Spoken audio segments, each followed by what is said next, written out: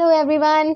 चलिए फाइनल आज हमारी अध्यक्ष के ऊपर लास्ट वीडियो है। आज हम अध्यक्ष को समाप्त कर देंगे, अर्थात समाप्त का से तात्पर्य है जो उसके बारे में जानकारी थी उसका लास्ट वीडियो है। चलिए देखते हैं क्या जानकारी है आज। अध्यक्ष भारतीय संसदीय ग्रुप, क्या बोला है? अध्यक्ष भारतीय संसदीय ग्रुप का जो भारत में अंतर संसदीय संघ के राष्ट्रीय ग्रुप के रूप में, कहाँ, जो भारत में अंतर संसदीय संघ के राष्ट्रीय ग्रुप के रूप में और राष्ट्रीय मंडल संसदीय संघ, आपने कॉमनवेल्थ सुना होगा, राष्ट्रीय मंडल, उसी को राष्ट्रीय मंडल बोलते हैं। राष्ट्रीय मंडल संसदीय संघ की मुख्य शाखा अर्थात ब्रांच, शाखा के रूप में कार्य करता है, वह पदेन प्रेसिडेंट होता है। तो इसका वह पदेन प्रेसिडेंट होता है। पदेन क्यों लगाते हैं आगे? क्योंकि वो पहले से एक पद पर रहते हुए उसे अन्य कार्यभार दिया गया है, इसलिए पदेन प्रेसिडेंट बोला है। पदेन प्रेसिडेंट होता है, क्लियर रखिएगा। वह राज्यसभा के सभापति के परामर्श से, यानी कि राज्यसभा के जो सभापति हैं, कौन होते हैं? उपराष्ट्रपति होते हैं ना। तो राज्यसभा के सभापति के परामर्श से, विचार विमर्श के बाद सभापति के परामर्श से, ऐसे नहीं कि भाई अपने आप, क्योंकि आपको पता है लोकतंत्र है, लोकतंत्र में बिना विचार विमर्श करे, ऐसे नहीं है कि सब अपने अपने आप में नेताजी हैं, नहीं, विचार विमर्श करके ही काम होता है। तो यही कहा गया है, वह राज्यसभा के सभापति के परामर्श से विदेशों में जाने वाले विभिन्न संसदीय प्रतिनिधि मंडलों के सदस्य मनोनीत करता है, यानी कि विदेश में कौन जाएगा तो इनको कौन मनोनीत करता है? राज्यसभा के सभापति से वार्तालाप करके, परामर्श करके अध्यक्ष मनोनीत करते हैं कि कौन सदस्य जाएगा। वह आमतौर पर ऐसे प्रतिनिधि मंडलों का नेतृत्व स्वयं करते हैं, अर्थात आमतौर पर, हमेशा नहीं, ज़्यादातर। हो सकता है भाई कोई काम उससे भी ज़्यादा अर्जेंट हो, तब कैसे वो कर लेंगे नेतृत्व। तो यही कहा गया है कि प्राय आमतौर पर वो ऐसे प्रतिनिधि मंडलों का नेतृत्व स्वयं करते हैं, परंतु ऑलवेज, या कह ही दिया जाए कि वही करेंगे ये ज़रूरी नहीं है, परंतु आमतौर पर प्राय वह करते हैं, ये कहा गया है। तथा अध्यक्ष भारत में विधायी निकायों के पीठासीन अधिकारियों के सम्मेलन का सभापति भी होता है। क्या कहा गया है? अध्यक्ष भारत में विधायी निकायों के पीठासीन अधिकारियों का एक सम्मेलन होता है। किसका? विधायी निकायों के पीठासीन अधिकारियों का सम्मेलन। ये जो सम्मेलन आप देखते हैं, विधायी निकाय के अधिकारी, जो पीठासीन अधिकारी होते हैं, आप देखते हैं विधानसभा में भी अध्यक्ष होते हैं ना, बिल्कुल होते हैं भाई। तो उनका सम्मेलन होता है, तो उसके अध्यक्ष के रूप में भी यही कार्य करते हैं। यही बात यहाँ की जा रही है कि तथा अध्यक्ष भारत में विधायी निकायों के पीठासीन अधिकारियों के सम्मेलन के भी सभापति होते हैं। क्लियर? अध्यक्ष को सचिवालय के कर्मचारियों पर, जो कर्मचारी हैं, अध्यक्ष सचिवालय है, आपको पता है, अगर आपने अनुच्छेद पढ़े हैं, आर्टिकल पढ़ रहे हैं आप, तो उसमें सचिवालय के बारे में एक अलग से अनुच्छेद बताया गया है, बात की गई है। तो यही कहा गया जो सचिवालय है उसकी देखरेख, वो सचिवालय, लोकसभा का सचिवालय किसके निर्देशन में काम करता है? वो लोकसभा अध्यक्ष के निर्देशन में ही काम करता है। तो यही बात यहाँ पे की जा रही है कि वहाँ के जो कर्मचारी हैं वो किसके निर्देशन में काम करेंगे? अध्यक्ष के निर्देशन में ही करेंगे ना। और वैसे भी नौकरशाही बोला जाता है कर्मचारियों को। तो अब घर में भी चीज़ें हैं आपकी, इधर उधर रखें, आप तक भी अगर बच्चे हैं, चीज़ें हैं, तो बड़ों के निर्देशन में ही काम करते हैं।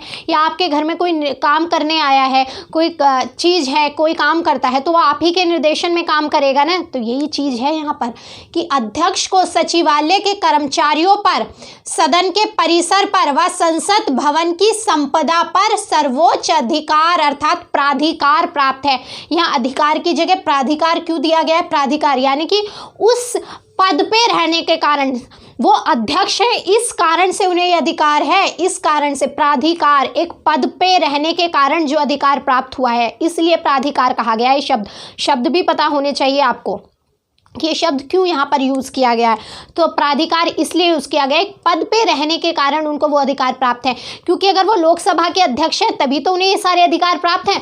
पद पे कोई और आ जाएगा, कोई और लोकसभा का अध्यक्ष बन जाएगा, उसको वो अधिकार प्राप्त हो जाएंगे। तो सारी गरिमा तो उस पद की है, व्यक्ति की नहीं, उस पद की गरिमा है, उस जिस पद पर वो बैठे हैं।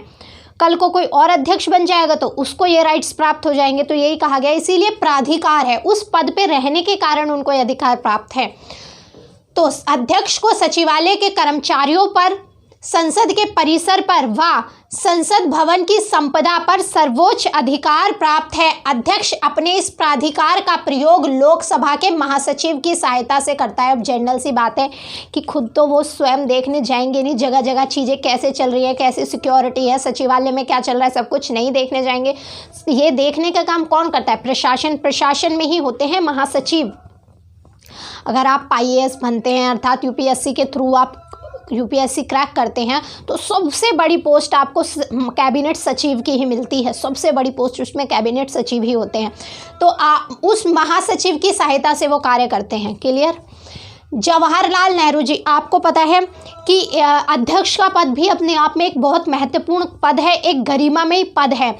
तो उसी के कारण उस पद की महत्व को देखते हुए, उसकी महत्ता को देखते हुए, उसके कार्यभार को देखते हुए, इन सब चीज़ों को देखते हुए जवाहरलाल नेहरू जी के द्वारा सदन में श्री विट्ठल भाई पटेल जी की एक प्रतिमा का अनावरण किया गया और उस समय उन्होंने कुछ शब्द कहे। वो शब्द क्या थे अध्यक्ष पद को लेकर?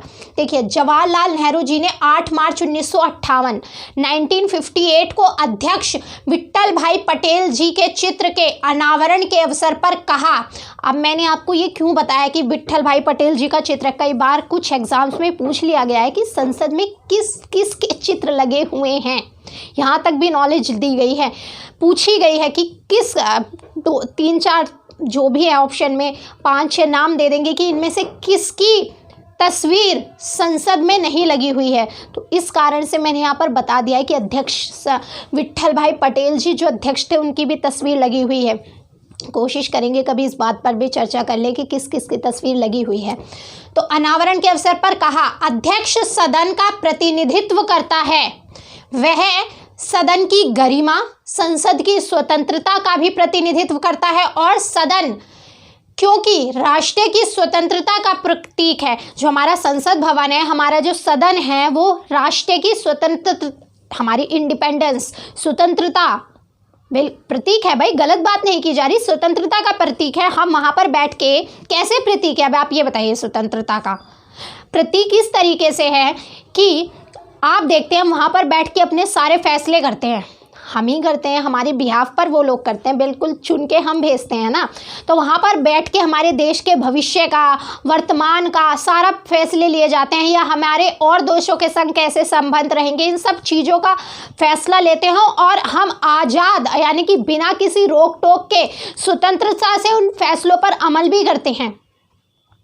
चीज़ें भी कि भाई हमें किस देश से कितना व्यापार करना है, कितनी चीज़ें करनी है, किसी के दबाव में कोई काम आके नहीं करते। हमारी अपनी एक स्वतंत्र संसद भवन है जिसमें बैठकर हम अपने देश का कार्य, प्रक्रिया, संचालन सारा कुछ करते हैं। तो बिल्कुल ये हमारी देश की स्वतंत्रता का भी प्रतीक है, यही कहा गया है ना भाई, स्वतंत्रता का प्रतीक। तो आपसे पूछा जाए कि क्या राष्ट्र की संसद या सदन राष्ट्र की स्वतंत्रता का भी प्रतीक है, तो बिल्कुल है, प्रतीक बन जाता है। इसलिए यही उचित है कि वह पद सम्मान का पद हो, स्वतंत्र हो तथा ऐसे व्यक्तियों से सुशोभित हो, यानी कि उस पद पर ऐसे व्यक्ति बैठे जो असाधारण योग्यता रखते हों और असाधारण रूप से निष्पक्ष हों। तो ये कुछ बातें थी, कुछ वाक्यांश थे जो पंडित जवाहरलाल नेहरू जी, जो उस समय प्रधानमंत्री थे, के द्वारा बोले गए थे अध्यक्ष के लिए। 1921 में आप कुछ देखते हैं कि भाई अध्यक्ष पद की शुरुआत कहाँ से हुई, तो इसके बारे में कुछ जानकारी अगर आपने पार्लियामेंट शुरू से ही फॉलो किया तो ये चीज़ आप शुरू के लेक्चर में ही आपको बता दी गई थी। कब से सदन बने, दोनों सदन कब से बने, कब से अध्यक्ष पद का प्रारंभ हुआ, ये सारी बातें हमने शुरू में ही कर ली थी, फिर भी एक बार रिपीट कर लेते हैं। 1921 से पहले भारत के गवर्नर जनरल विधान परिषद की बैठकों की अध्यक्षता करते थे। तो जो विधान परिषद थी, पहले तो बात याद रखिए, ये लोकसभा राज्यसभा नहीं थी, ये चीज़ें विधानसभा थी, और उस विधानसभा परिषद की बैठकों की अध्यक्षता करते थे गवर्नर जनरल। कब तक? 1921 से पहले। भारत में अध्यक्ष की संस्था का उद्भव 1921 में तब हुआ जब मॉन्टेग्यू चेम्सफोर्ड रिपोर्ट के कारण जो सुधारों के अधीन केंद्रीय विधानसभा पहली बार गठित हुई, यानी कि केंद्रीय विधानसभा, केंद्र में विधानसभा पहली बार गठित हुई कब? 1921 की जो 1921 में जो मॉन्टेग्यू पहले ही आ गई थी, परंतु जो सुधार शुरू किए गए थे, रिपोर्ट पहले ही आ गई थी। ये बात भी हमने बात की है वहाँ पर, जब आप शुरू से सीरीज़ देख रहे हैं तो शुरू से देखिए चीज़ों को, तो एक से दूसरी कड़ी जुड़ेगी तो आपको चीज़ें अच्छे से समझ में आएंगी। यही कहा गया है कि भारत में अध्यक्ष की संस्था का उद्भव 1921 में तब हुआ जब मॉन्टेग्यू चेम्सफोर्ड रिपोर्ट, कौन सी? मॉन्टेग्यू चेम्सफोर्ड रिपोर्ट, सुधारों के अधीन केंद्रीय विधानसभा पहली बार गठित हुई। गवर्नर जनरल पहली बार गठित 1921 में हो गई थी, परंतु उसका अस्तित्व अब 1921 में हो गई, तो उसका अस्तित्व तो ऑल ओवर स्ट्रक्चर 1922 में, वहाँ पर हमने पूरा डिटेल्ड बात की हुई है। यहाँ पर सिर्फ मैंने छोटे छोटे लाइन जो ज़रूरी थी अध्यक्ष पद के लिए वो डाल दी हैं। क्लियर? तो आप शुरू से देखेंगे सीरीज़ तो सारी चीज़ें क्लियर हो जाएंगी। गवर्नर जनरल द्वारा सर फ्रेडरिक व्हाइट, क्या? सर फ्रेडरिक व्हाइट को 3 फरवरी 1921 को, कब? 3 फरवरी 1921 को 4 वर्षों की अवधि के लिए सभा का प्रथम अध्यक्ष नियुक्त किया गया। तो अगर आप आज़ादी से पहले भी बात करते हैं तो प्रथम अध्यक्ष कौन थे? सर फ्रेडरिक व्हाइट, और उनको नियुक्त किसके द्वारा किया गया था? गवर्नर जनरल के द्वारा किया गया था। क्लियर? तो सबसे पहले अध्यक्ष थे ये हमारे, आप कह सकते हैं हमारे, अर्थात केंद्रीय विधानसभा के। उस समय लोकसभा नहीं बोली जाती थी, उस समय विधानसभा बोली जाती थी। ये तो आज़ादी के बाद ये सब चीज़ें हुई हैं। श्री विट्ठल भाई पटेल बहुत महत्वपूर्ण है, बहुत महत्वपूर्ण बात है। अभी जिनका अनावरण चित्र के बारे में हमने पढ़ा था ना, उन्हीं से संबंधित फैक्चुअल क्वेश्चन है। श्री विट्ठल भाई पटेल प्रथम गैर सरकारी व्यक्ति थे जो 24 अगस्त 1925 को सभा के अध्यक्ष चुने गए, यानी कि प्रथम गैर सरकारी अध्यक्ष। अगर आपसे कोई पूछे कौन अध्यक्ष के रूप में चुना गया प्रथम गैर सरकारी अध्यक्ष, तो वो श्री विट्ठल भाई पटेल जी थे, और ये भारतीय थे, ये भी याद रखिएगा। तो एक फैक्चुअल क्वेश्चन है कि केंद्रीय विधानमंडल का प्रथम भारतीय व प्रथम निर्वाचित अध्यक्ष भी श्री विट्ठल भाई पटेल ही थे। तो ये फैक्चुअल क्वेश्चन है। आपसे पूछें कि प्रथम गैर सरकारी व्यक्ति अध्यक्ष के रूप में तो श्री विट्ठल भाई पटेल, प्रथम भारतीय अध्यक्ष के रूप में तो श्री विट्ठल भाई पटेल, आपसे पूछे प्रथम निर्वाचित अध्यक्ष तो श्री विट्ठल भाई पटेल। और ये इनका कार्यकाल 1927 में उनको दोबारा अध्यक्ष बना दिया गया, फिर 1930 तक ही अपने पद पर इन्होंने कार्य किया। क्लियर? तो हाँ, पुनः आपसे पूछा जाए कि इनको दोबारा पुनः भी निर्वाचित किया गया था, तो बिल्कुल किया गया था। श्री गणेश वासुदेव मावलंकर, कौन? श्री गणेश वासुदेव मावलंकर, ये नाम भी बहुत इंपॉर्टेंट है। श्री गणेश वासुदेव मावलंकर जी को स्वतंत्रता प्राप्ति के पश्चात, यानी कि जब हमारा देश स्वतंत्र हुआ तो उससे पहले भी जो पद पर थे वो यही थे। आज़ादी से पहले भी जो थे, आपसे पूछा जाए आज़ादी के पहले लास्ट अध्यक्ष कौन थे? लास्ट अध्यक्ष भी श्री गणेश वासुदेव मावलंकर जी थे। अब जब आज़ादी मिल गई तो आज़ादी के बाद भी यही थे, जब तक चुनाव तो हुए नहीं थे। जो हमारी संविधान सभा थी वो ही कन्वर्ट कर दी गई थी अस्थायी संसद के रूप में। ये भी आप पता करिए, जो हमारी संविधान सभा थी जिसने संविधान बनाया था उसी को अस्थायी संसद के रूप में बदल दिया गया था, क्योंकि चुनाव तो 1952 में हुए थे, आज़ादी 1947 में मिल गई थी।